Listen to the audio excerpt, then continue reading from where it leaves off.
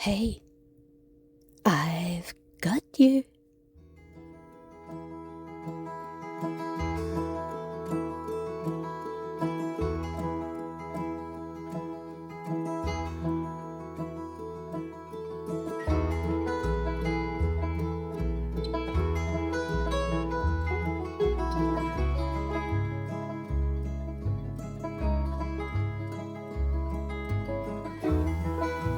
Have you ever finished an ordinary school day and felt strangely exhausted, even though nothing dramatic happened? Not shattered because of one terrible incident, just quietly, deeply drained. That kind of exhaustion can be confusing because you start wondering what is wrong with you. The day looked manageable. Lessons happened. No major crisis, yet somehow even simple things feel hard by the time you get home. Burnout experts remind us that exhaustion is not only about what you did, it's also about what you carried. The constant decision making, the emotional monitoring, the mental adjustments, the background thinking that never really switches off. That hidden load quietly taxes your energy all day. So let me show you a simple technique to catch some of that exhaustion before it keeps building. Hack number 1 is something I call the exhaustion tax check. Before your day properly begins, I want you to pause for just a moment and ask yourself 2 questions, not 10, just 2. When you're already tired, the last thing you need is another complicated system. Here's the first question. Am I about to make this harder than it needs to be? That one lands for a lot of teachers because you care deeply about things you're doing. That is one of your strengths. It can also become one of the things that drains you. You might open a lesson you've already planned and suddenly decide it needs improving. You might start writing an email and spend far too long adjusting the wording because you want it to sound just right. You might create a brand new resource when something simple you already have would work perfectly well. I know why that happens. You want to do a good job. Sometimes good teachers accidentally turn ordinary tasks into energy-hungry tasks without even noticing. So the real question becomes this: does this genuinely need more of me? Or is good enough actually good enough here? Now here's the second question. If I do this today, will I need to think through the whole thing again tomorrow? That question matters because some of what makes teaching exhausting is the constant mental repetition. The same parent questions, the same behaviour conversations, the same marking comments, the same decisions about routines, expectations and responses. Every time your brain has to rebuild the answer from scratch, it uses energy. Instead, ask yourself, can I make this easier for the version of me who will face this again? That might mean creating a simple email template you can adjust later. It might mean building a checklist for a recurring process. For example, if you're organising a swimming carnival, a choir tour, or any other responsibility that lands in your lap, write down every step you take the first time you do it, so the next time you don't have to think, "Oh boy, how did I do it last time?" You can develop a whole book of step-by-step systems. It is about protecting your thinking energy for the work that genuinely needs your judgment, creativity, and care. So tomorrow morning, before the rush begins, ask, Am I making this harder than it needs to be? And can I make this easier for future me? That is your exhaustion tax check. So sometimes burnout starts with what you are doing to yourself. Making things harder, overthinking, recreating work, carrying unnecessary load. But sometimes the exhaustion is not coming from the workload itself. Sometimes it is the tension you carry while doing the work.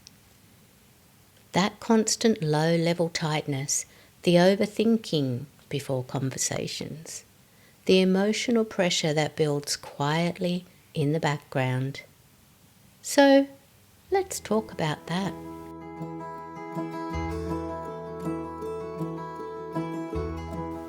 Have you ever noticed yourself feeling tense at school, even when nothing obvious has gone wrong? Your shoulders are tight, your chest feels a little heavy. Your mind is already scanning ahead. That can be confusing because the moment itself might be completely manageable. What is often happening is this. Your body has learned that teaching can change quickly. A difficult conversation, an unexpected email, a student escalation, a leadership request. So instead of waiting to see what happens, your nervous system starts preparing early.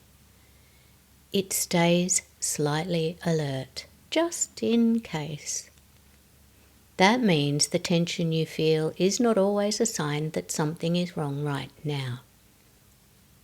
Sometimes it is simply your body trying to protect you based on what teaching has taught it. So here's a simple reset for those moments. This hack has 3 steps. First, ask.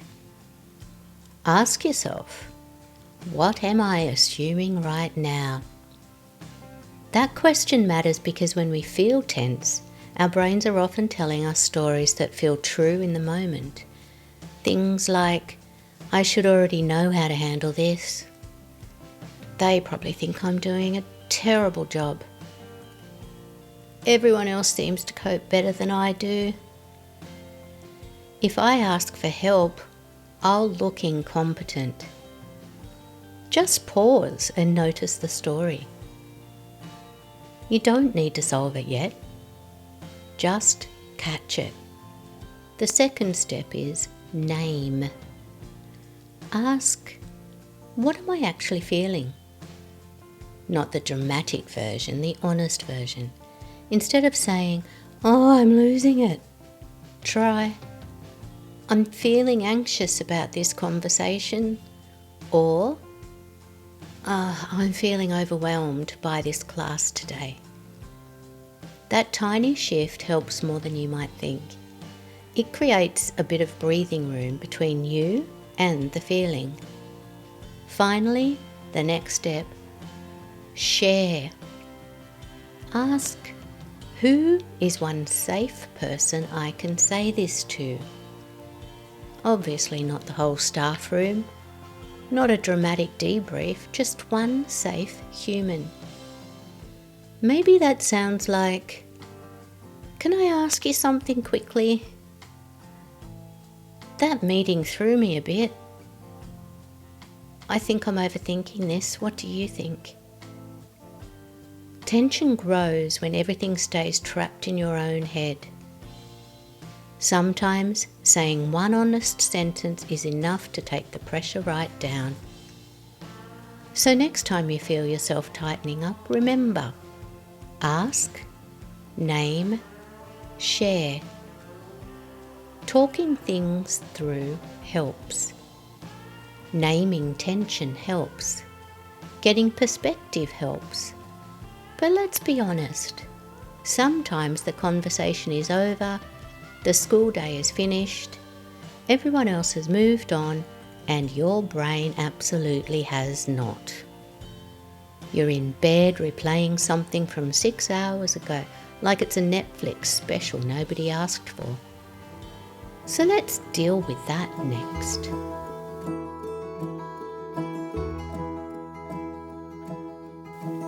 Have you ever climbed into bed absolutely exhausted, only for your brain to suddenly decide it's time to replay something from school? A conversation, a lesson that went sideways, something a parent said, a moment with a student that just felt off. You replay it once, then again. Then somehow your brain starts editing the scene like it's trying out different endings. Maybe I should have said this. Maybe I handled that badly. What if that comes up again tomorrow? That kind of mental replay is exhausting because your body is ready to rest, but your mind is still at work. What is important to understand is that your brain is not doing this to annoy you. It's usually trying to resolve something that feels unfinished. Teaching is full of loose ends. Conversations that don't get neatly wrapped up. Moments you didn't get time to process. Situations where you're still not sure if you handled things well. Your mind keeps circling back, trying to sort it out. The problem is that sometimes thinking stops being helpful, reflection, and turns into a loop. So let me show you a hack for that.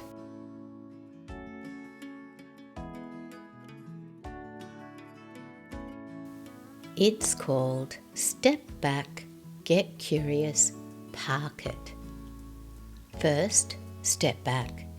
The moment you notice the replay starting, say to yourself, hang on, I'm in a loop here. That matters because in the moment it feels like thinking, helpful thinking, problem-solving thinking, except if you've replayed the same conversation 6 times and landed in exactly the same emotional place, your brain isn't solving anything. It is looping. So step back from it. Instead of, oh, I completely messed that up, try, I'm having the thought that I messed that up. That little shift gives you breathing room. Next step, get curious. Instead of arguing with the thought, get nosy about it. Ask, why has my brain grabbed this one? Is it embarrassment, uncertainty, fear that someone judged you, perfectionism, something unfinished?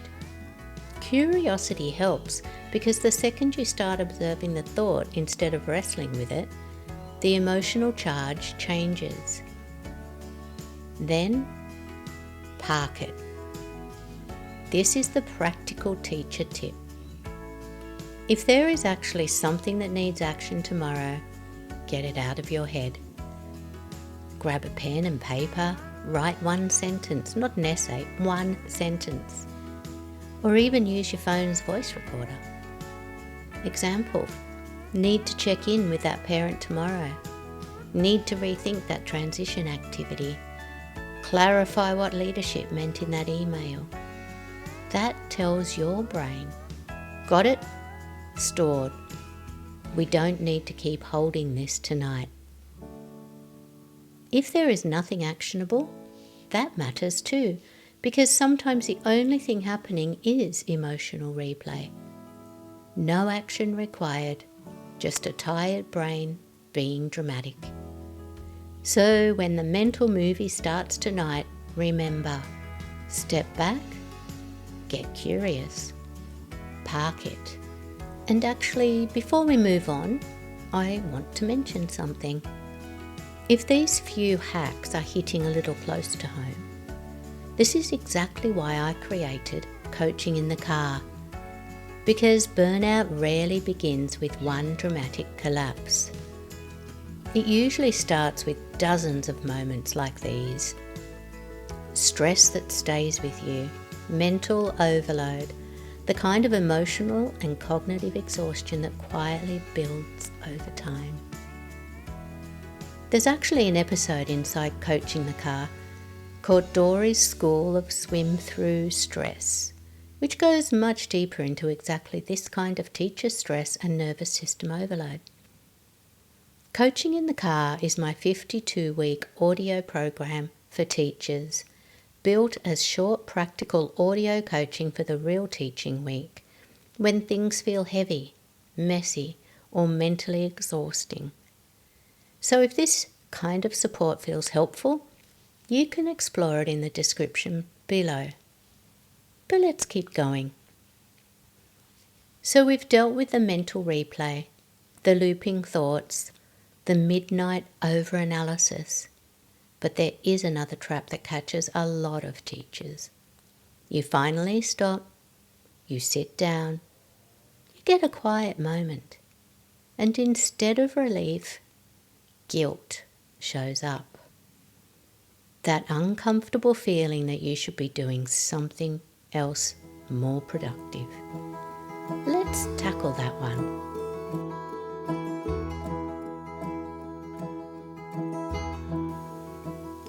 Have you ever tried to rest but felt strangely uncomfortable doing it? You finally sit down at the end of the day and your brain immediately starts making suggestions. You could improve that lesson. You still have that email to send. You never finish that task. You should probably use this time better. So even though your body has stopped, your mind has not. It doesn't really feel like rest. It feels like avoidance. That is one of the cruel things about teaching. The work rarely gives you a neat ending point.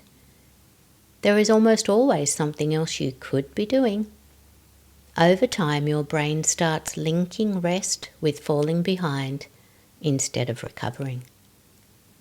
So if resting feels uncomfortable, that doesn't mean you're lazy. It often means you've learned to feel uneasy when you're not producing. So here's the hack. It's called Whose Rule Is This? The moment guilt shows up, I want you to catch the sentence running through your head. Because guilt usually arrives as a story. A good teacher would keep working. I haven't earned this yet. Other teachers are probably doing more. I should be using this time better. The first thing I want you to ask is, whose rule is this? Honestly, who taught you that resting needs to be earned? A school culture? A former leader? Your own perfectionism? Social media? Because some of these rules are not actually yours. You've just been carrying them around for so long they feel true. Then ask yourself this. Would I say this to another exhausted teacher? Imagine a colleague saying to you, I'm exhausted, I think I need to sit down for an hour. Would you respond to them with, no, a good teacher would keep going? Of course you wouldn't. That is your clue. Now here's the practical part. Don't just vaguely try to rest. Give yourself a clear permission statement, something simple. I am resting until 7:30, then I'll decide what actually matters. Or, tonight is recovery, not productivity. Or, this is maintenance, not laziness. That matters because vague rest gives guilt room to argue. Defined rest feels intentional. So when guilt taps you on the shoulder next time, remember, whose rule is this? But sometimes the pressure comes from the rules you've absorbed about what a good teacher should be doing, and sometimes the pressure is not about internal rules at all. Sometimes it's about everything you've quietly picked up and started carrying. Problems, expectations, responsibility, other people's urgency. And after a while, it all starts to feel like yours. So let's sort that out.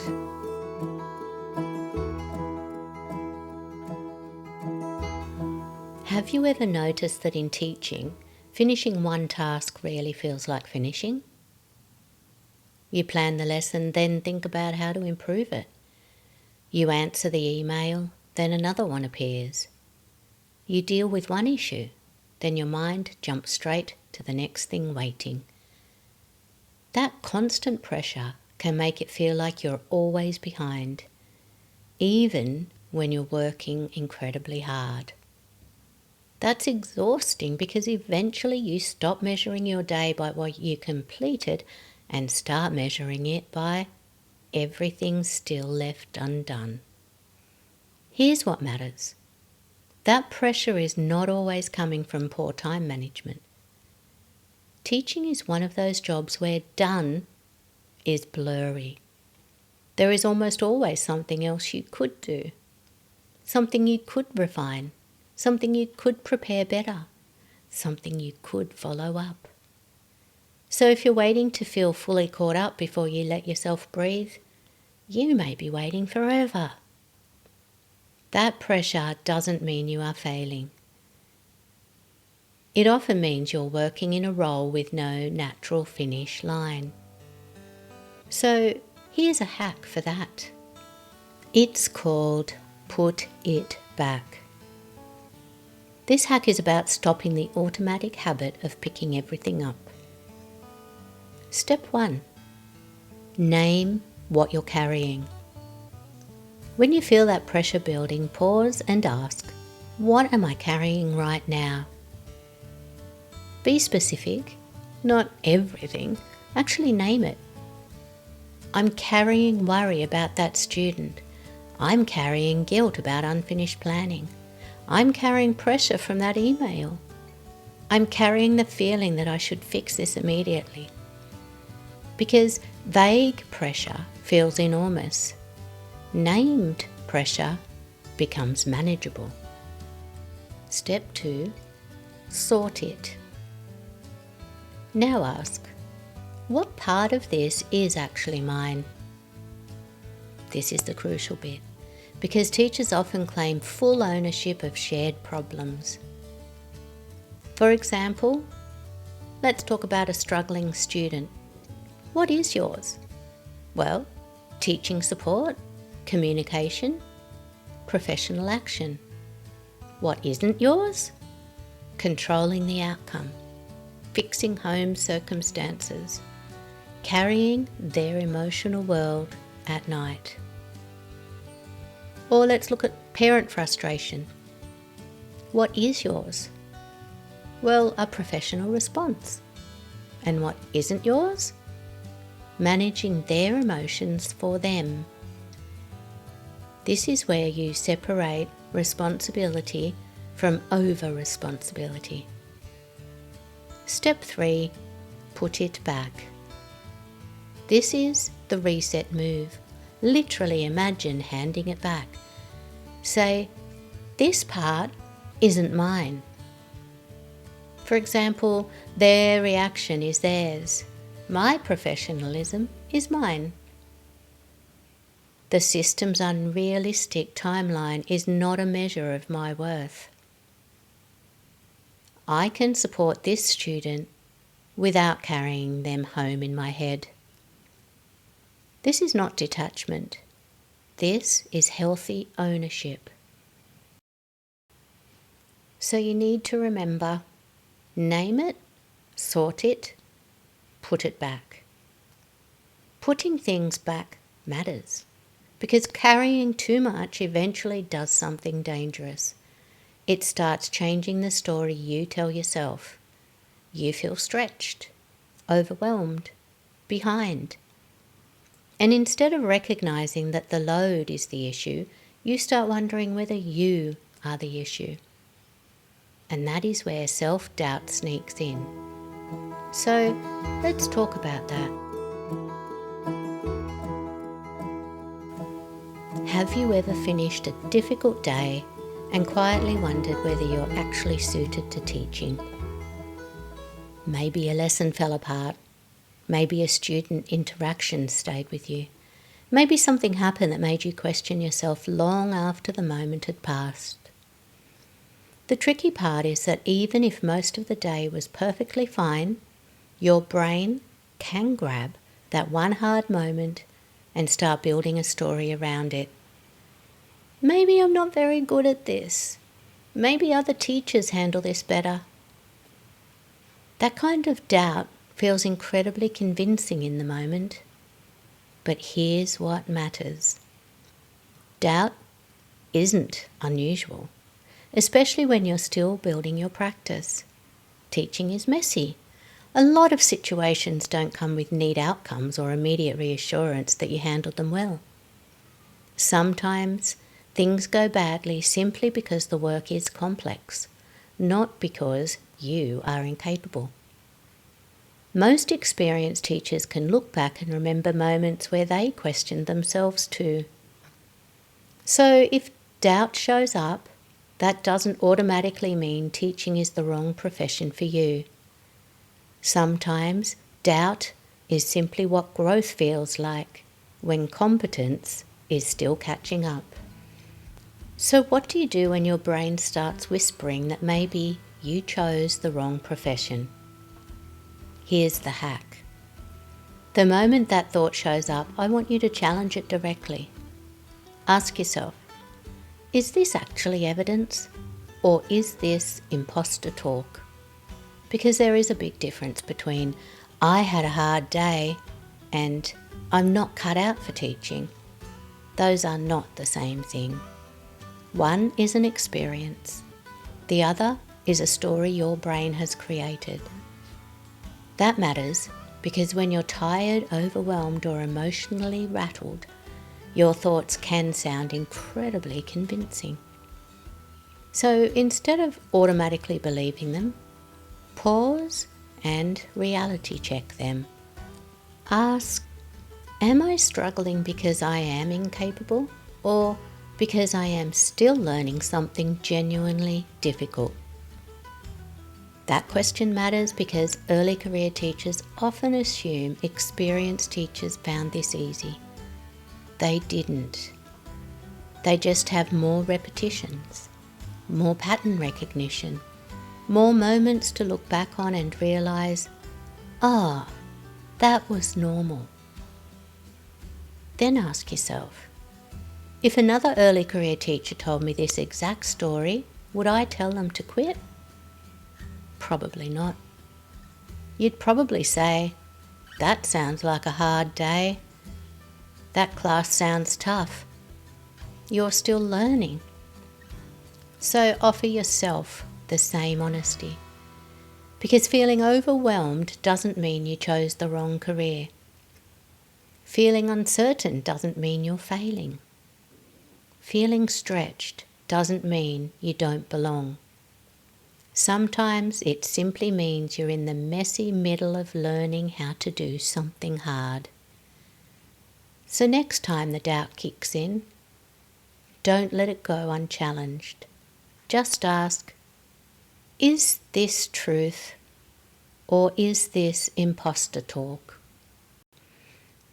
And actually this is another reason I created resources that go beyond just a single video. Inside Coaching in the Car, there's an episode called The Incredibles, Mentally Strong Teachers. Because self-doubt is one of those things almost every early career teacher experiences at some point, even though nobody talks about it much. And that's also why I created the teacher handbook that sits alongside the program. Because some teachers process best by listening. Others need space to stop, reflect, write, and actually work through what they're thinking. The teacher handbook gives you practical prompts, structured reflection, and mentoring style support, so you're not trying to untangle all of this alone in your own head. So if this kind of support feels useful, that is there too. But let's keep going. Self-doubt can be exhausting, but there is another kind of emotional depletion that hits deeply caring teachers especially hard, and that is emotional overload. The kind where you're not just tired from your own day, you're carrying pieces of everyone else's too. Student worries, difficult conversations, things you wish you could fix. So let's draw a really important line here.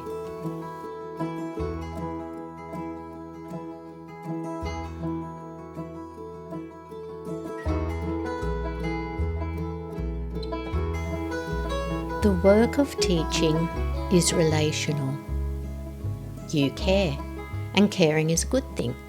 But sometimes caring quietly turns into carrying. You stop supporting students during the day and start emotionally taking them home with you. That gets heavy. What matters here is this. The emotional weight isn't proof that you are a more caring teacher. It's often a sign that the line between compassion and emotional absorption has started to blur. There's a big difference between noticing a student's struggle, responding professionally, and privately carrying their pain long after the school day ends. So here's a hack for that. It's called Care, Don't Carry. At the end of the day, if a student situation is sitting heavily with you, grab a scrap piece of paper. Write down one thing you did, just one. For example, you might write, checked in with Jack, spoke to wellbeing, called home, stayed back to support that student. That matters because when you care deeply, your brain focuses on what you didn't do and forgets what you already did. Now screw that piece of paper up and put it in the bin. Done.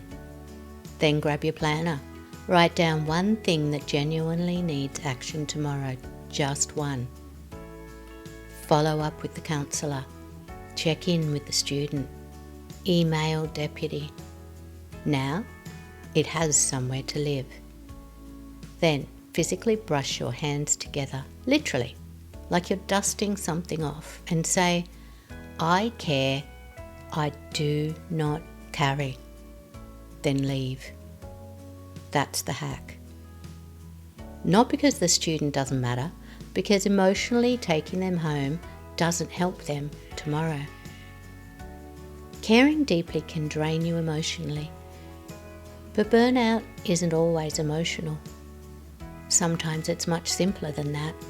Sometimes you're just running at an unsustainable pace for far too long. Going hard every day, pushing through, treating depletion like something to ignore until the holidays. That works until it doesn't. So let's talk about stopping that sprint.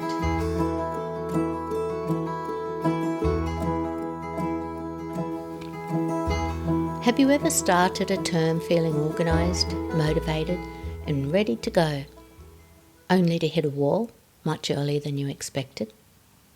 You begin strong, good intentions, energy, momentum, then somewhere along the way things start to feel heavier. Your patience gets shorter. Simple tasks take more effort. You're still showing up, still working hard, but it feels like your battery is draining faster than it should.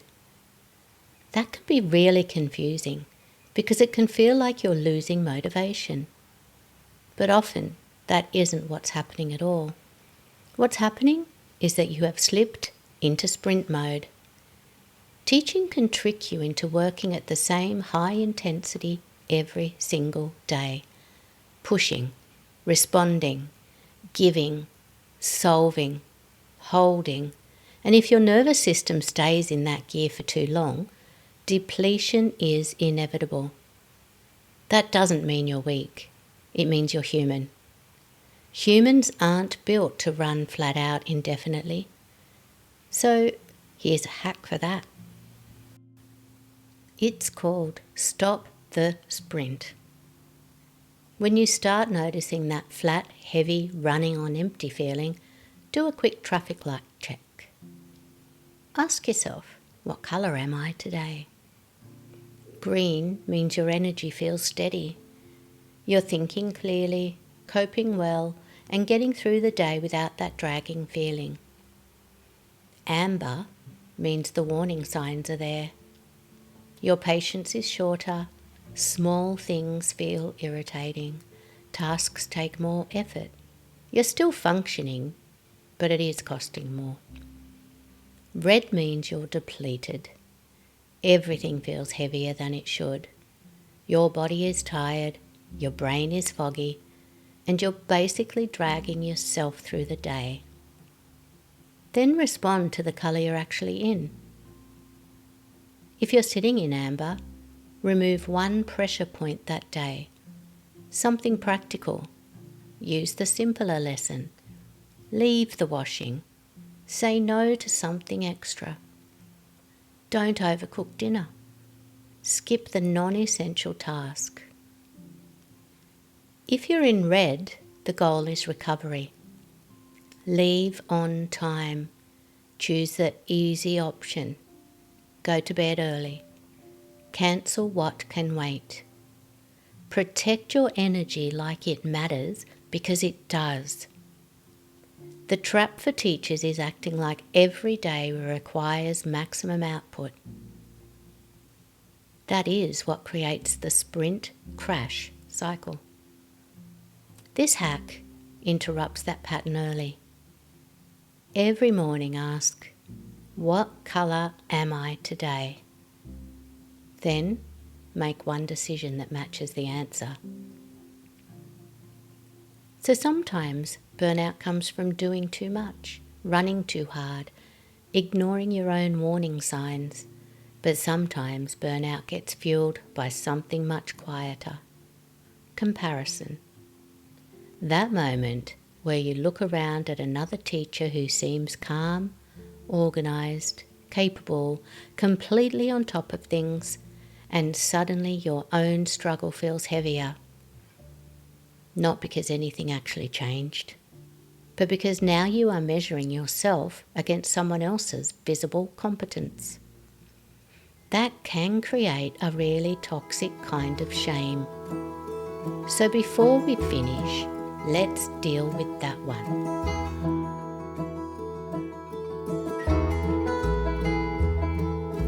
How many times have you looked around at other teachers and quietly wondered why everyone else seems to be coping better than you? They look calm, organised, capable, in control. Meanwhile, you're tired, doubting yourself, holding things together, and wondering why this feels harder than it seems to for everyone else. That comparison can get under your skin fast. Because after a while it stops feeling like teaching is hard and starts feeling like maybe I'm the problem. But here's what is important to remember. You are comparing your private experience with someone else's public presentation. You're seeing the polished lesson, the calm staff room version, the competent meeting version. You're not seeing their 10 p.m. self-doubt, their rough lesson, their hard class, their tears in the car, their questioning. Teaching has a lot that happens behind closed doors. So when comparison starts whispering that you're the only one struggling, that's not an accurate measure of your capability. That's a distorted story built from incomplete information. So here's a hack for that. It's called Stop the Scoreboard. The moment you catch yourself mentally ranking yourself against another teacher, stop. Literally say, stop the scoreboard. Then do one quick reality check. Name one thing you genuinely know and 3 things you don't know. For example, what I know. Well, she looked calm in that meeting. What I don't know. How tired she is. what she struggled with this week, how long it took her to build that confidence. Or, what I know, his classroom looked incredibly organised. What I don't know, how much support he has, how many years it took to get there, what parts of teaching he finds hard. That's the hack.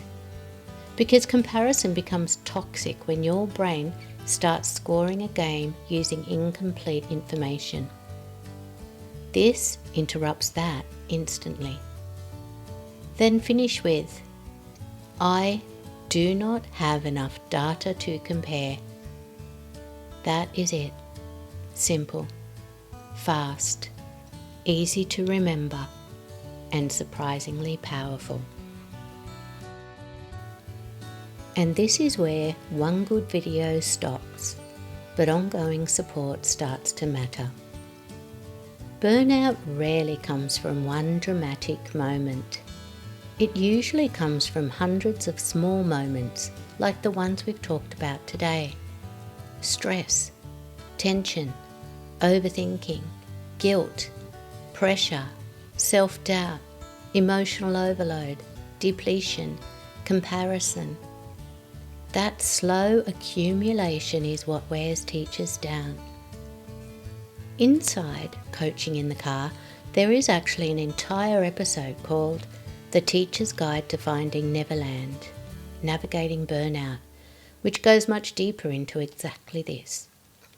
But the program is much more than burnout support. It's a 52-week audio program for teachers, designed to support you through the real teaching year with short, practical audio coaching, mentoring style reflection, and classroom-focused guidance. And if accreditation is sitting quietly in the background, making everything feel even heavier, that matters too.